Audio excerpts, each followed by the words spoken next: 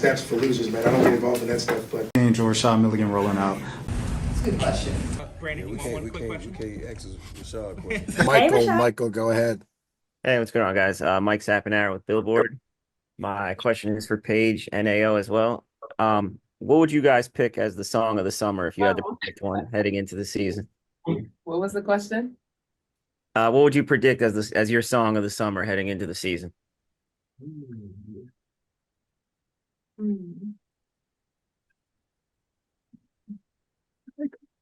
Boots on the ground. Y'all know that. For Paige, what do we think? Uh, Coach Chris had a good one the other day. Keep it loose, keep it tight. Keep it loose, keep it tight. You're right. That's the song. Was it Amos? Amos Lee. Amos Keep Lee. it tight. And if you guys could just add like some artists that you guys bump pregame, like on your playlist. I'm all over the place. I got gospel, I got Adele, I got Drake, Lil Wayne, Gunna, I got Asake, Burna Boy, everything. Yeah, I mean gospel, R&B, SZA, Drake, of course, Victoria Monet, Summer Walker, that stuff. You listen to Gibeon? Mm-hmm. Awesome. Thank you. We'll go next to Brad. Brad, go ahead. Not bad. Ladies and Chris, how are you? This question is for Paige. You recently took home a very prestigious award, the Honda Sports Award for women's basketball. You're the first Husky to win it since Stewie in 2016, which will make you a finalist for the Collegiate Woman Athlete of the Year. Can you speak to what these accolades have meant to you in your final season there, and just how the university still supports you? Yeah, I've always looked at individual accomplishments as a team award, so it's really rewarding to how we played as a team, our whole entire journey throughout the whole year, and then also all the people behind the scenes that are working for us as players, like the strength and conditioning staff, the training staff, the masseuse, our academic advisor, like everything and everyone pouring into that award.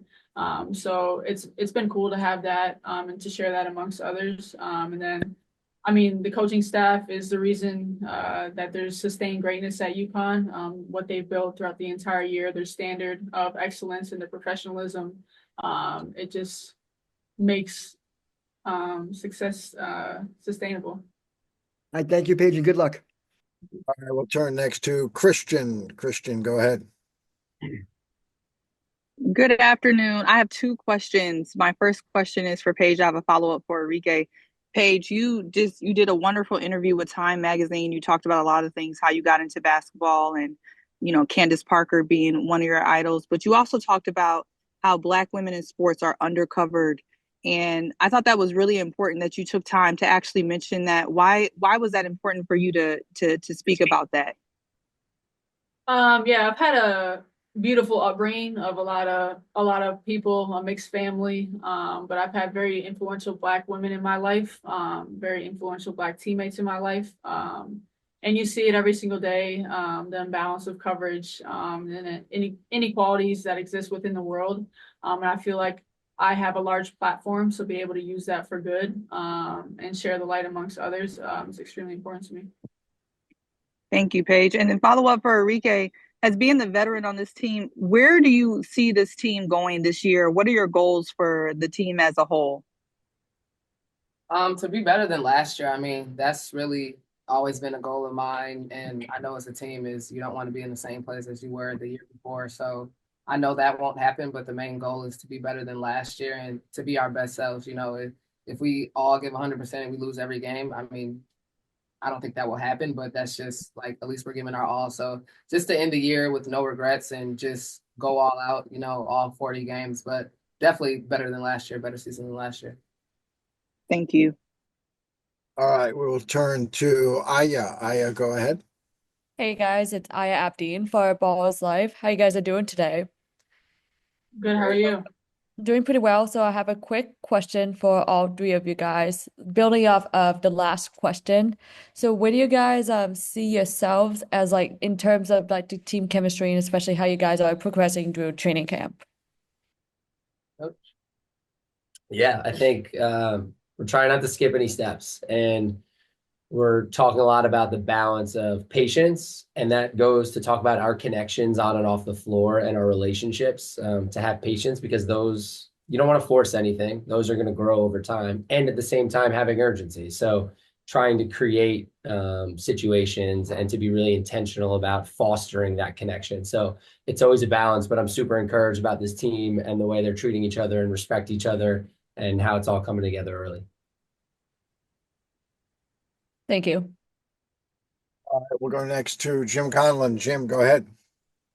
Hi guys, just a quick question for Paige and Arike. We see what so much eyes on women's basketball now, the rise of the WNBA, offer great Olympic games as well. Is the next step, Paige, Arike, would you like the opportunity to play a WNBA game maybe in Europe someday for the Dallas Wings? Yeah, I think that would be pretty dope. I think NBA does it. Maybe I know NFL does it. I think my brother went to Germany one time, so I think that'd be really cool. Yeah, And Paige, how you feel about that? yeah, I agree. I think, yeah, like you said, a lot of other professional leagues do it. Even college basketball started to do it. So yeah, I guess we're next. All right, thanks. We'll turn to Rob. Rob, go ahead. Thank you, Ron. Rob Tianson from the Podium Finish. I have two questions for Paige. Paige, how did growing up in Hawkins, Minnesota shape you into who you are on and off the court? And what will it mean to you when you get to step into the hardwood court at College Park Center for your first WNBA game on May 16th? Yeah, Hopkins it's meant so much. I grew up around that area, Hopkins, St. Louis Park area. But just Minnesota, I'm so proud to represent that state and just be a part of the legacy there. It's a super nice, loving community that supports one another. And just want great things for the people of the community, and even people outside of it. So I have a lot of friends and family around that area, so they mean the world to me. And then it'll be exciting. This is something that we all dream and work for, to play in the WNBA at the highest level against the best competition. For me, playing against my childhood team, the Minnesota Lynx, and my now team, the Dallas Wings. So it'll all be exciting, anxious, nervous, but excitement probably the most. Thank you. Thank you so much. All right, thanks. Turn to Chico. Chico, go ahead. Chico Sean from The Score in Toronto. My question is for Paige. During your junior year, there was a lot of injuries on the team, and so much that you had to actually play the power forward position. I'm just curious how that time playing the four kind of helped you grow as a defender, kind of shape you into more of a two-way player you are today. Yeah, actually it was relevant today when we're playing defense and we're trying to get sides to the rim, and I don't need to switch out. I can stay in there and guard fours. But there's definitely a different level of physicality and grown women's strength in the fours here than in the fours in college. But it just adds another layer to competitiveness, to make a point that you want to prove that you can do it. And then just wanting to get defensive stops and be able to guard 1 through 5, probably not 5s, but we'll get there. Thank you. Turn next to Blake. Go ahead.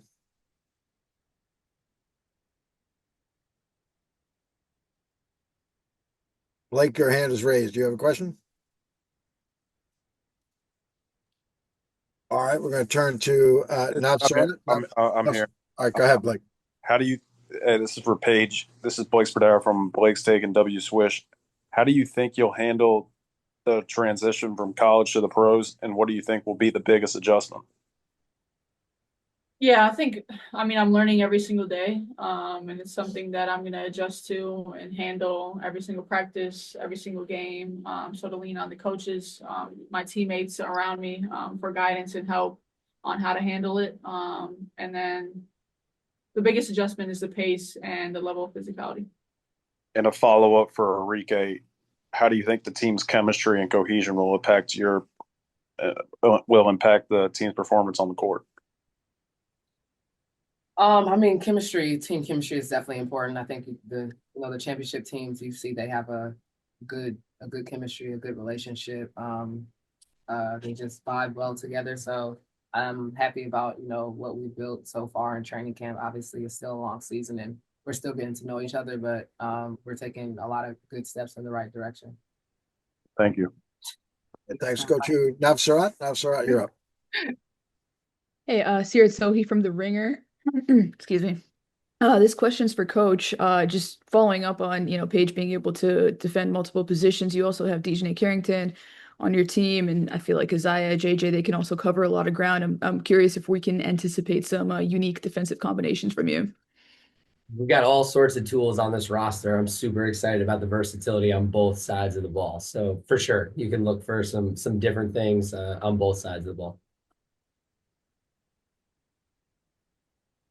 Did you have a follow-up or the good? Oh, no, good. Thanks. All right, good. I want to turn to, I'm sorry, Tabitha. Tabitha, go ahead.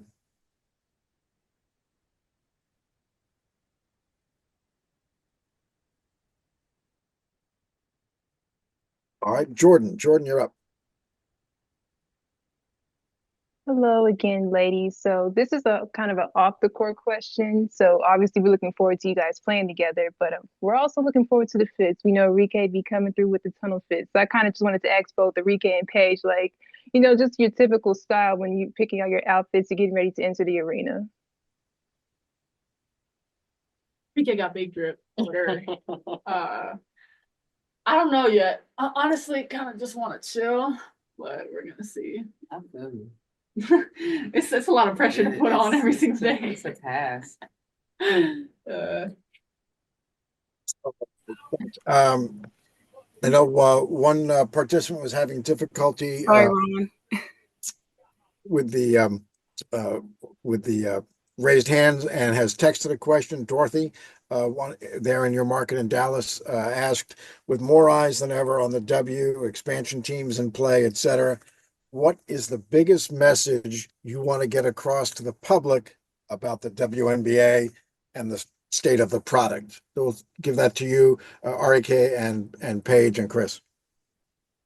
Yeah, I'm not big on trying to sell something I know is very, very good. It's kind of irritating, but I would say to just watch it. Just literally turn it on and watch a game, and I promise you won't be disappointed. That's pretty much all I can say about that. All right, we'll go to you, Coach. Go ahead. Yep. Dorothy, we appreciate you. The time is now. Get with it. You're late. All right. Arike, Paige, Chris, thank you so much for joining us.